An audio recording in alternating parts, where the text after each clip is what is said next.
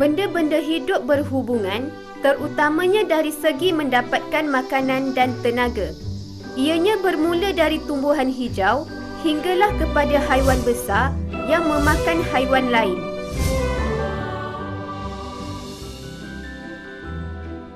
Tumbuhan hijau boleh menghasilkan makanan sendiri melalui proses fotosintesis dengan menggunakan karbon dioksida, air dan tenaga cahaya dari matahari. Haiwan pula bergantung kepada tumbuhan untuk mendapatkan makanan. Oleh itu, tumbuhan hijau dikenali sebagai pengeluar.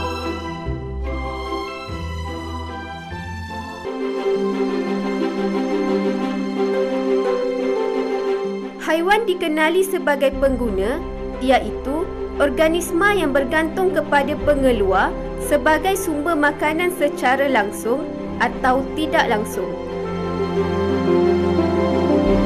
Haiwan yang memakan tumbuhan hijau dikenali sebagai pengguna prima.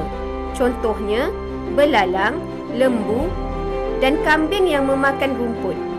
Pengguna prima ini juga dikenali sebagai herbivor.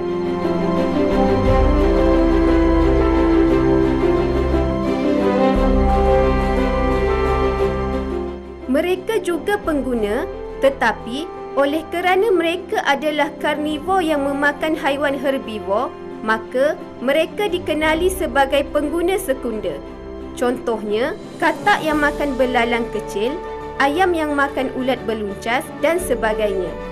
Haiwan yang memakan pengguna sekunder, contohnya musang yang makan ayam, ular yang makan katak, dikenali sebagai pengguna tertia. Manakala, haiwan yang memakan pengguna tertia pula dikenali sebagai pengguna kuaternari. Jadi, saling bersandaran antara beberapa organisma dari perhubungan makanan ini disebut rantai makanan.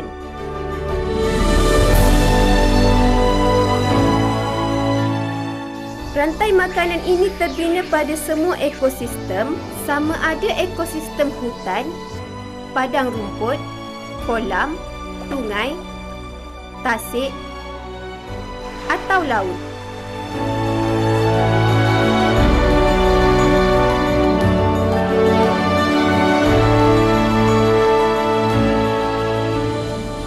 Melalui rantai makanan, organisma hidup mendapat tenaga.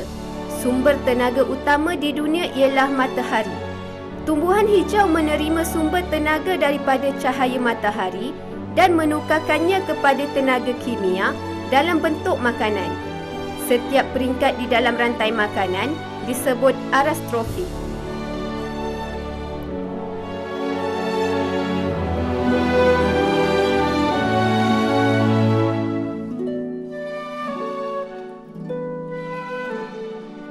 Melalui piramid nombor ini, pengurangan bilangan organisma dari tapak ke puncak dapat ditunjukkan. Selain daripada itu, pertambahan saiz atau jisim dari pengguna prima ke pengguna terakhir di puncak piramid dapat dibandingkan. Ia juga dapat menunjukkan kehilangan tenaga apabila tenaga dipindahkan dari satu peringkat ke satu peringkat yang lain.